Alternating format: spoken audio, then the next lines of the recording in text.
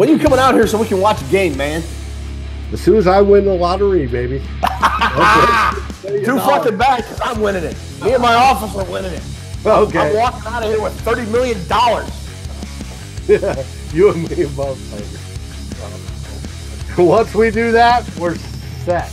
Every weekend, you're coming to my suite at US Bank. Yeah? Yeah, really? Okay. I'm in. Okay. That's verbal contract, bitch. Right there. Right. Cheers, brother.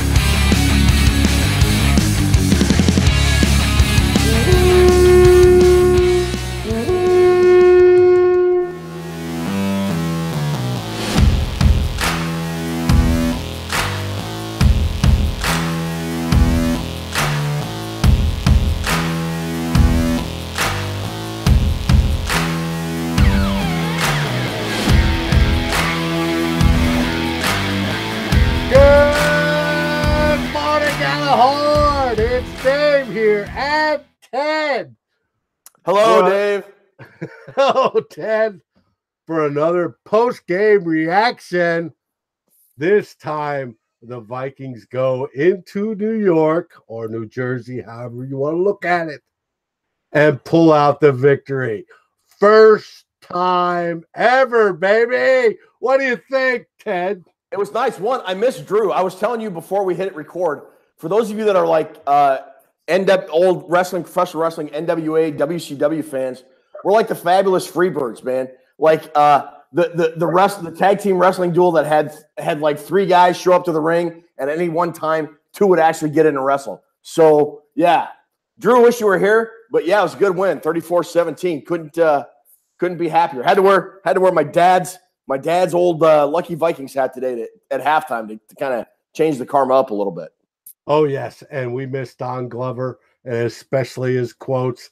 And I miss the days when I'd go over to your house, and Don, when I would sit there, and you'd say something stupid, and we both look at each other and go, what the hell did he just say? You're one of the few guys that can actually attest to my quotes. Like, people ask me, so, like, is that stuff your dad really said? And you actually watched, I think, two full seasons of football with us before you moved out east or retired and deployed. So yeah, you can verify that, like, the stuff I say or the quotes I used to have about my dad before he passed was 100% my father. 100%.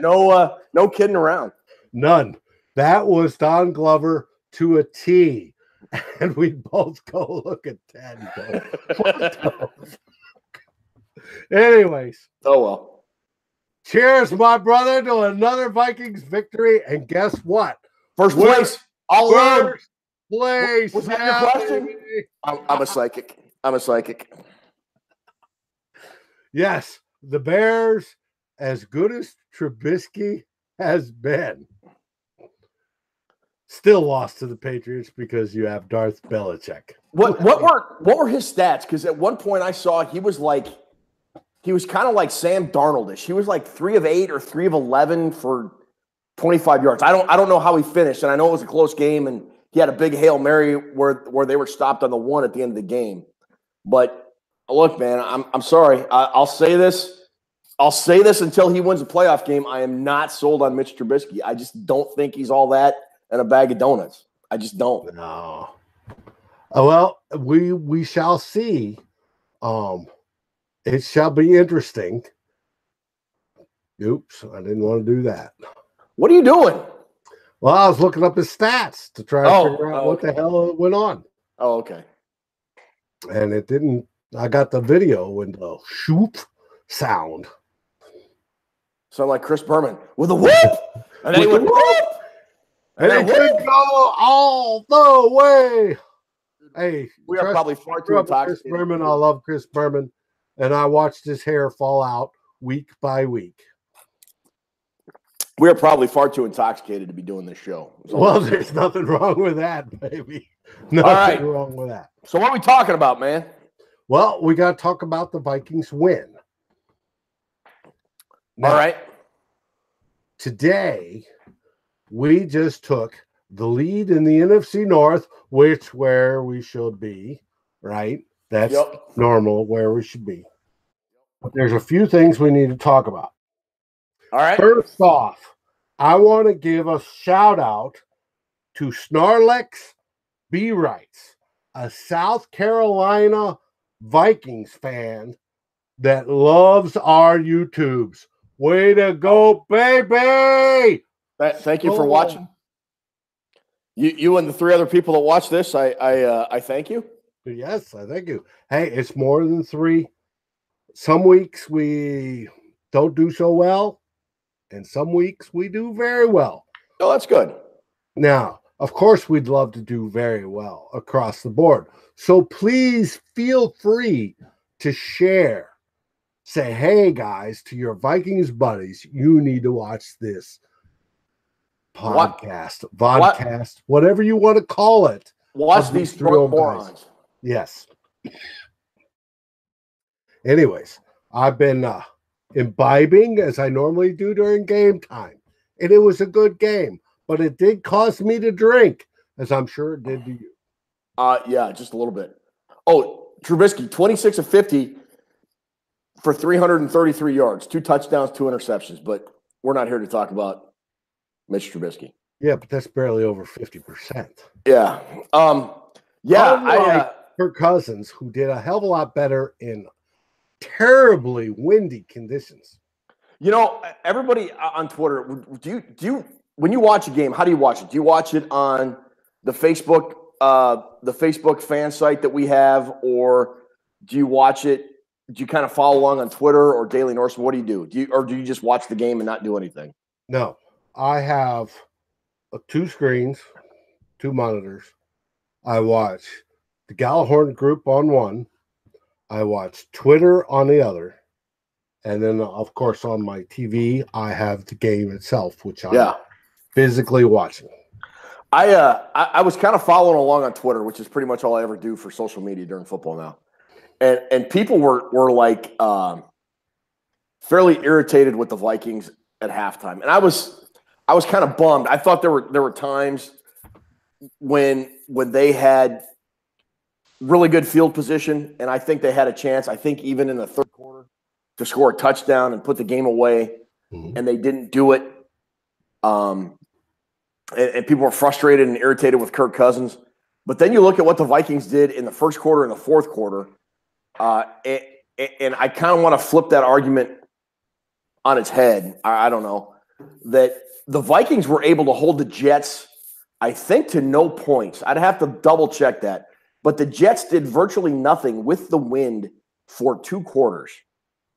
And the Vikings were still able not only to keep their lead, but to extend their lead and then put the game away in the fourth quarter when they got the win back. So, yeah, it was kind of a sloppy game, but they still managed to win convincingly.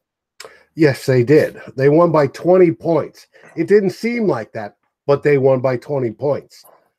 That's a convincing win in today's NFL. It is, yeah, very much so. Period. And the wind played a game. You saw Bailey's kicks, and the one that I watched that he missed went up, and then you saw the wind kick it, and then the wind kick it again. Looked like an Adam Wainwright 12-6 curveball. Yes, exactly. Sideways. Mm-hmm. But it just barely missed. But he made the other one, so that's okay. Yeah. You got Ebola? What's going on? No, it's this Ebola. It could be Ebola, but I think it's this malaria I've been battling for years. HIV turning into AIDS or what? No, it's the malaria I probably got during the Gulf War. Did you really? You know? Yeah, it could be. Sorry to hear that. Who knows? You know, they gave us shot A and shot B, and then I asked about it, and they said, "Well, no, that's classified." I never took any of those shots. I literally doctored my records, so I wouldn't have to get. You're lucky. I got those 2 shots. Did you really? Literally in the shot records, and I've still kept them. It says shot A and shot B, and nobody cares. But anyways, you're gonna die of anthrax cancer. That's okay. Something down the line. But who cares? We all die. Just as long as the Vikings win a Super Bowl before that happens. God, no kidding. Please. No kidding. So, What do you think of Danielle Hunter?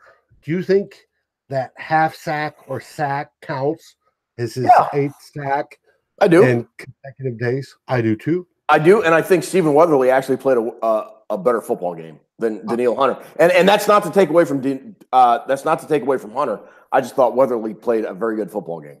Well, I think he did too. But Danielle, a lot of times you saw other people getting sacks when Danielle was pushing his offensive guy into the quarterback, which I thought was just outstanding. You saw a lot of that. Richardson did that too.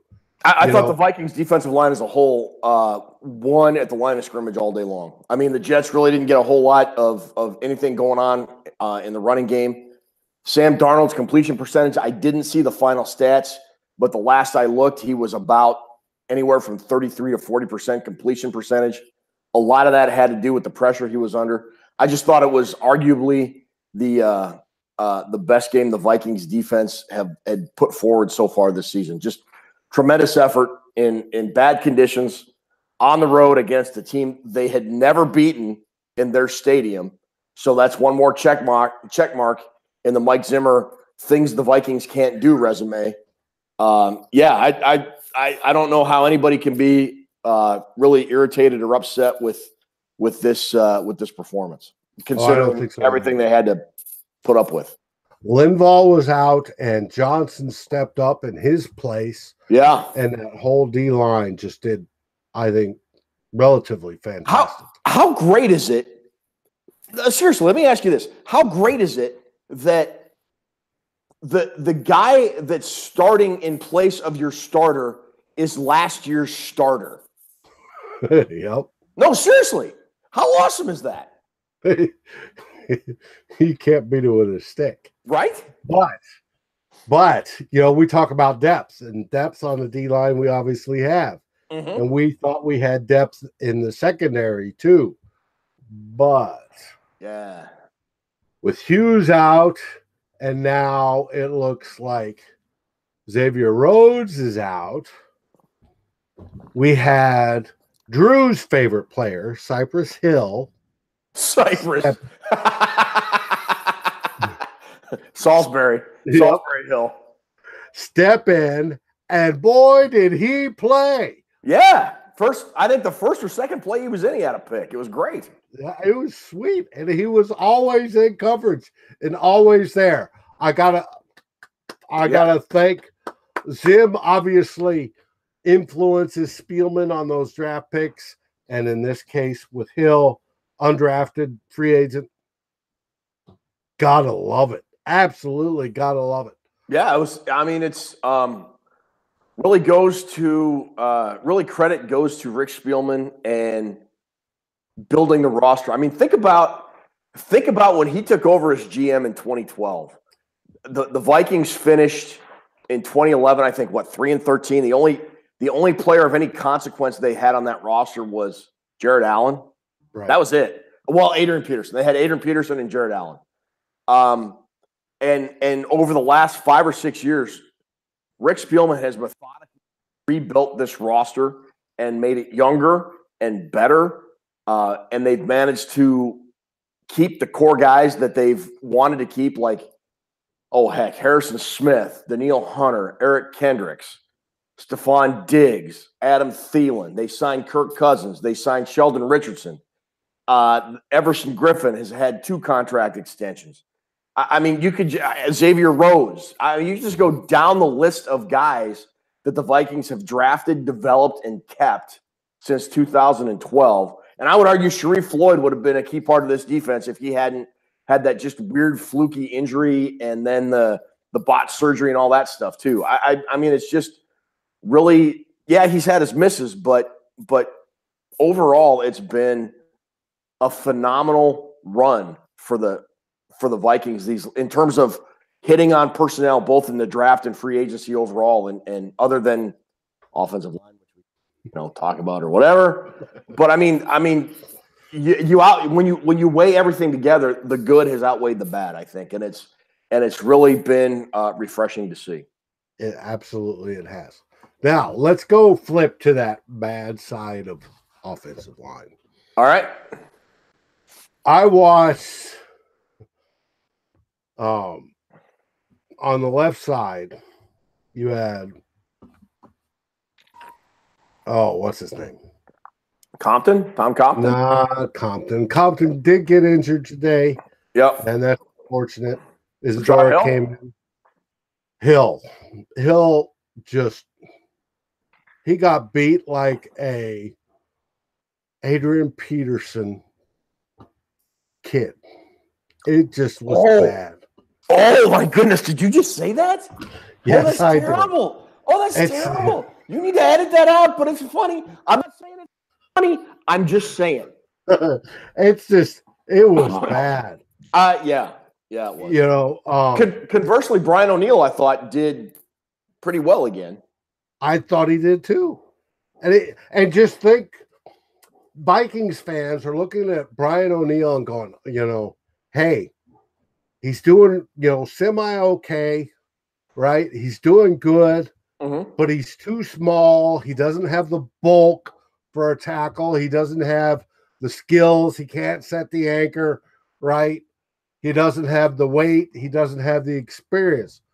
But damn, he's doing better than Hill. And he's holding up. That was a good draft choice when we thought, originally, oh no, he's just a project. We're not going to see him till the second year. O'Neill should start. As soon as Reef gets back, Reef goes to left tackle, Hill stays at right, and Rashad Hill goes to the bench. I would agree. Yep, 100% agree. O'Neill, I think O'Neill has been a godsend for this line. I think since Pat Elflein came back, I think he struggled a little bit early. He made some big boy blocks today on some Latavius Murray runs, particularly I think Murray's second touchdown. He moved his dude. Elflein moved his dude to another zip code. He consistently made the second level and sealed it off. Yeah, he did. He did. And that's very encouraging as the Vikings progress in the season. I mean, I was kind of worried about Elflein, whether or not he was fully healed. I think he was healed looking back. It's just that he had not got a lot of reps and not played a lot of football, and he was, doing a lot of rehab, which makes sense when you look back at it. And I think he's playing really good football. It really started to show in the second half of this football game today. Right. No, I think it will get better as the season goes, as long as we stay away from injuries. Yeah, I think so. Riley Reef needs to get back. Xavier Rhodes needs to get back. I don't think have the Vikings announced what Rhodes' injury is yet. No, but they were talking on TV about an ankle or lower leg. Yeah, that's what I was thinking. I tweeted during the game when he went down. I was just, because I'm just a Vikings pessimist by nature. I said, I bet he's popped his Achilles and he's done for the year. And I hope not. I got chastised for that. But then he came back out on the sideline, which I think is a really good sign. I think if he had a really serious injury like an Achilles or maybe a broken ankle, they probably would have kept him in the locker room and done more tests, or just taken him to the hospital for more tests. The fact that they didn't do that, I think, is very encouraging. He's probably dealing with an ankle sprain, maybe a high ankle sprain. Well, high ankle sprain would be the worst of that. Yeah, it would be. But he might be back. If that's the case, he might be out next week against the Saints, which would really blow. But he'd be back in, I would think, Barr. And then Anthony Barr was hurt too. Like, come on, man. And I picked him in the game of Skull this week.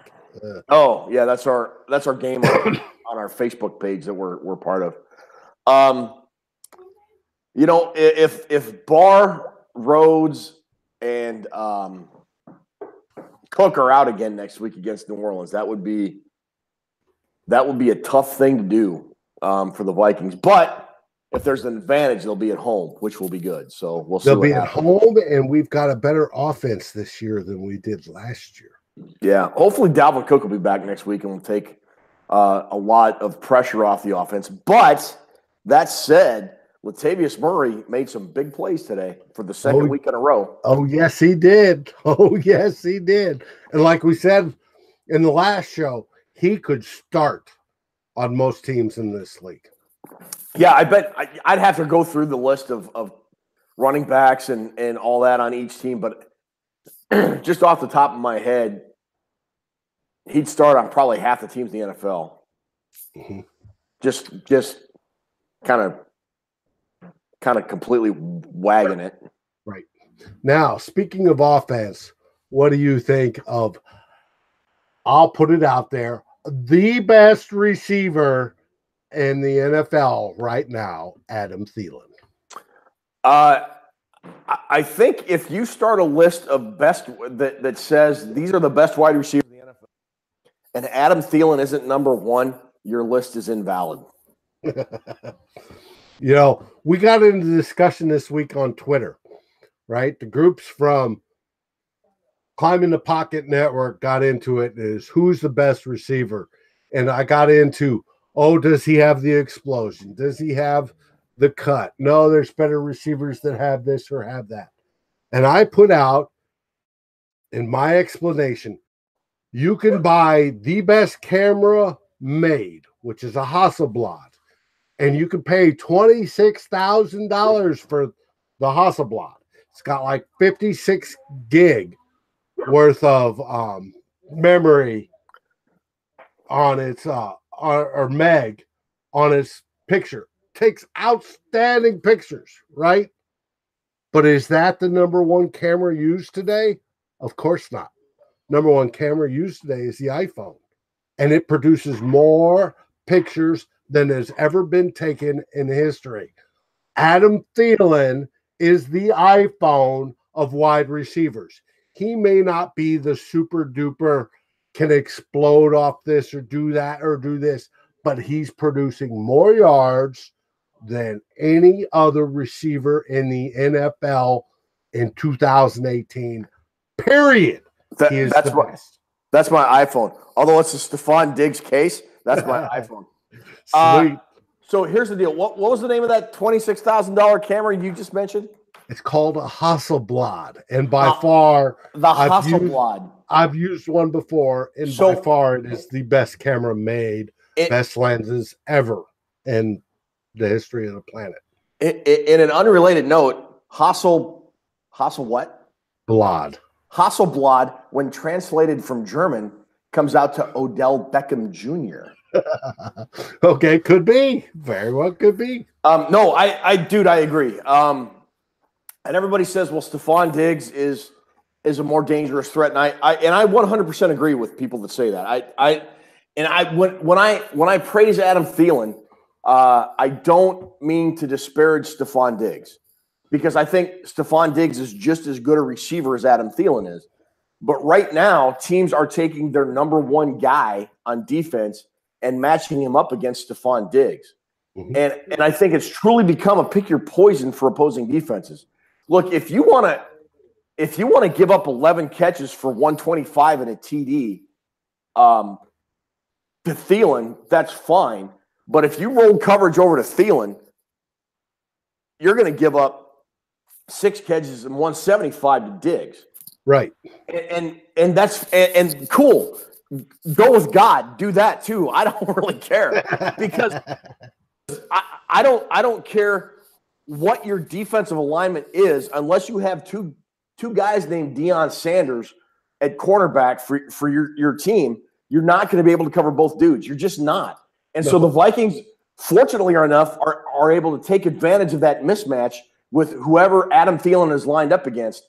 And people say, well, if Stephon Diggs is better, then Adam Thielen is worse. Well, that's not necessarily true, because you're still throwing the ball to Adam Thielen. He still has to catch it. He still has to make yards after the catch, and he still has to score. And for all the natural athleticism Stephon Diggs has over Adam Thielen, I think he's a better runner. I think it's a push in route running. And I think it's a push in hands, although you could maybe make an argument that Thielen is maybe just a smidge better. I don't know. I think they're both fantastic wide receivers. I'm I'm happy that it's a Minnesota Vikings problem and not anybody else's. And the great thing about it is neither one of those guys seem to have an ego where you have like an OBJ or an Antonio Brown or name 10 other wide receivers in the NFL.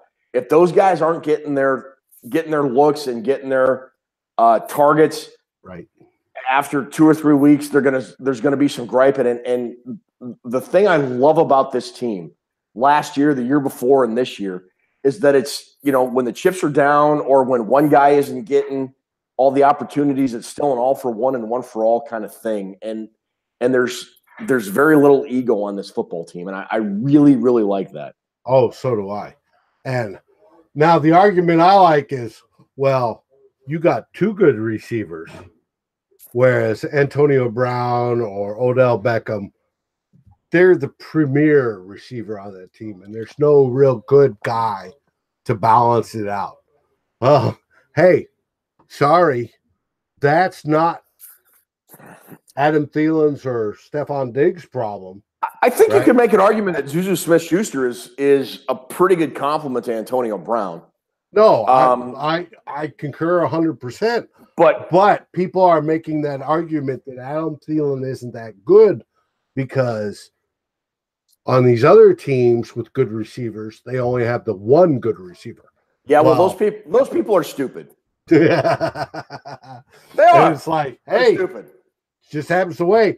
Both are running damn near 100 yards per game. Yeah, Diggs isn't getting there. Now, however, Diggs today, he did disappoint me. I saw him drop 2 or 3 balls. Yeah, he dropped one. I mean, one was kind of tipped, but it still hit him right in the hands. Hit him right in the hands. It's a wide receiver. If you are taught, if it hits you in the hands, you need to catch it. Yeah, but if it's tipped and it changes the trajectory, and you're thinking it's going to be here, and then in like less than 1 second, the trajectory of the ball shifts to here. I get it. He still should have caught it. I'm not saying he shouldn't have, but I understand why that might not have been a catch as opposed to a straight line shot that went, right to the hands. But one of them went through his hands and hit him in the chest. True. That's true. I mean, even the good ones, you're not perfect all the time. No. I mean, you're not Troy Williamson, so that's and we're griping about a 20-point win, brother. I know. So. And speaking of which, Laquan Treadwell kept his streak alive. He didn't drop a single ball today. Good for him. I know. Good on you, Quan. Yes. Good on you, baby. Dude, this is like my 4th, the 5th of Captain Morgan. This is like my 4th big glass of Captain Morgan and Diet Coke. My stock. I should get up and do that. Hey, it's the Captain Morgan. Sit down. My stock market report is going to need some editing. Oh, that's okay. Well, I was drinking. Speaking of drinking, I tried a foo IPA called Tropicana Citrus IPA. Really? Right. Wow. And if you like water or you like grapefruit mixed with blood orange, gross. This is for you. Otherwise, it's trash. The only redeeming part of it is it has 7.25% alcohol per ABV. I would rather run a drill through my temple than drink anything that tastes like grapefruit. Yeah, that's terrible.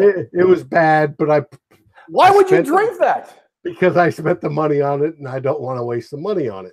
Well, God, give that away. That's terrible. Well, it's gone now. It's expended, so it's good for you. So I'm right now finishing up with Space Dust, which is okay. Yeah, whatever. IPAs. It's where IPAs are where IPAs love it.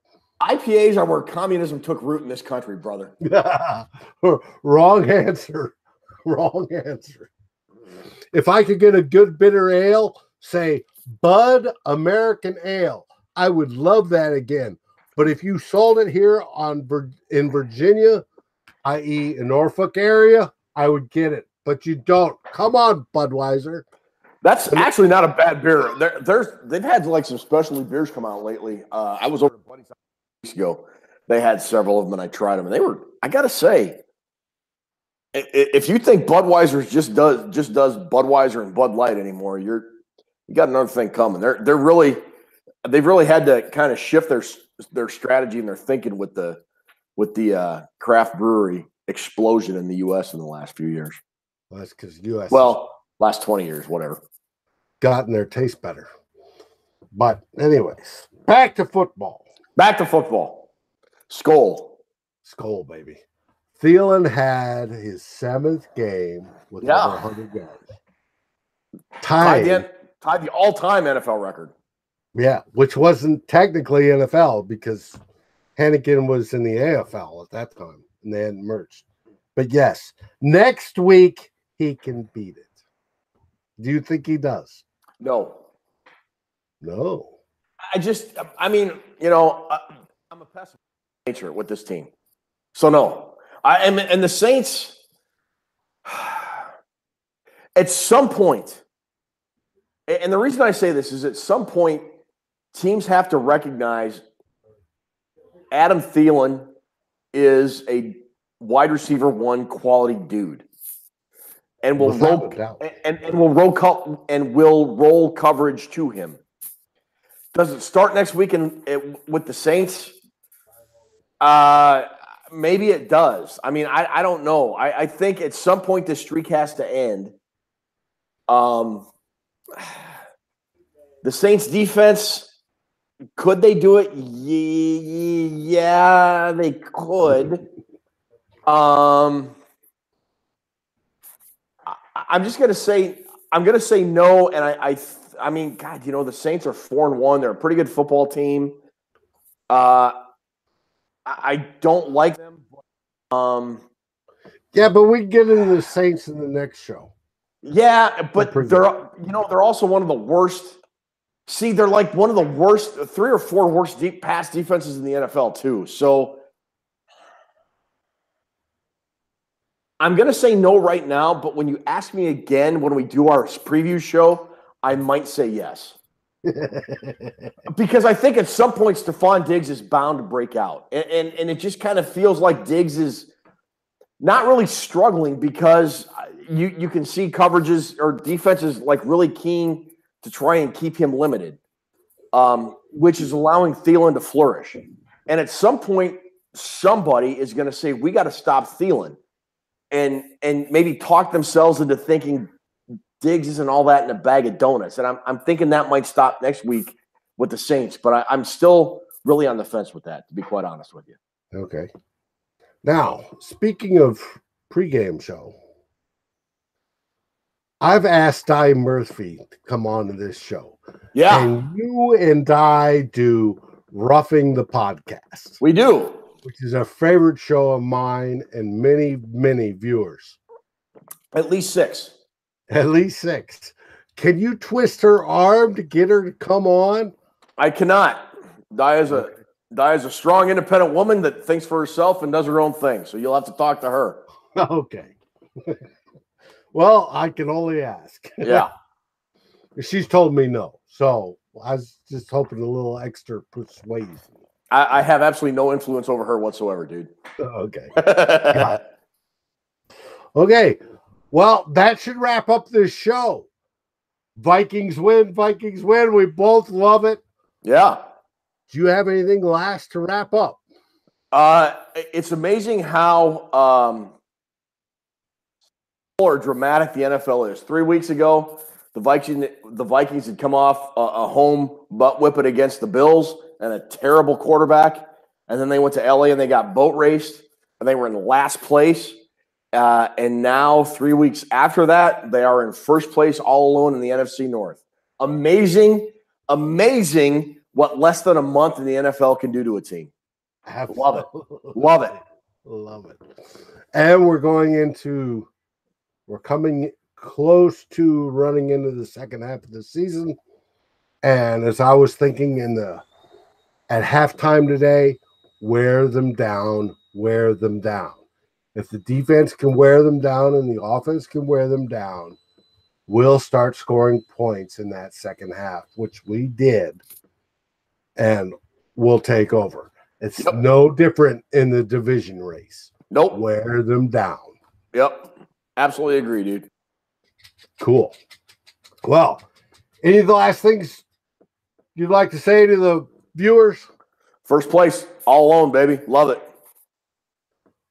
Skol, everybody. Skol. Vikings win. Let's go. Vikings win. They're first place in the NFC North. Yeah!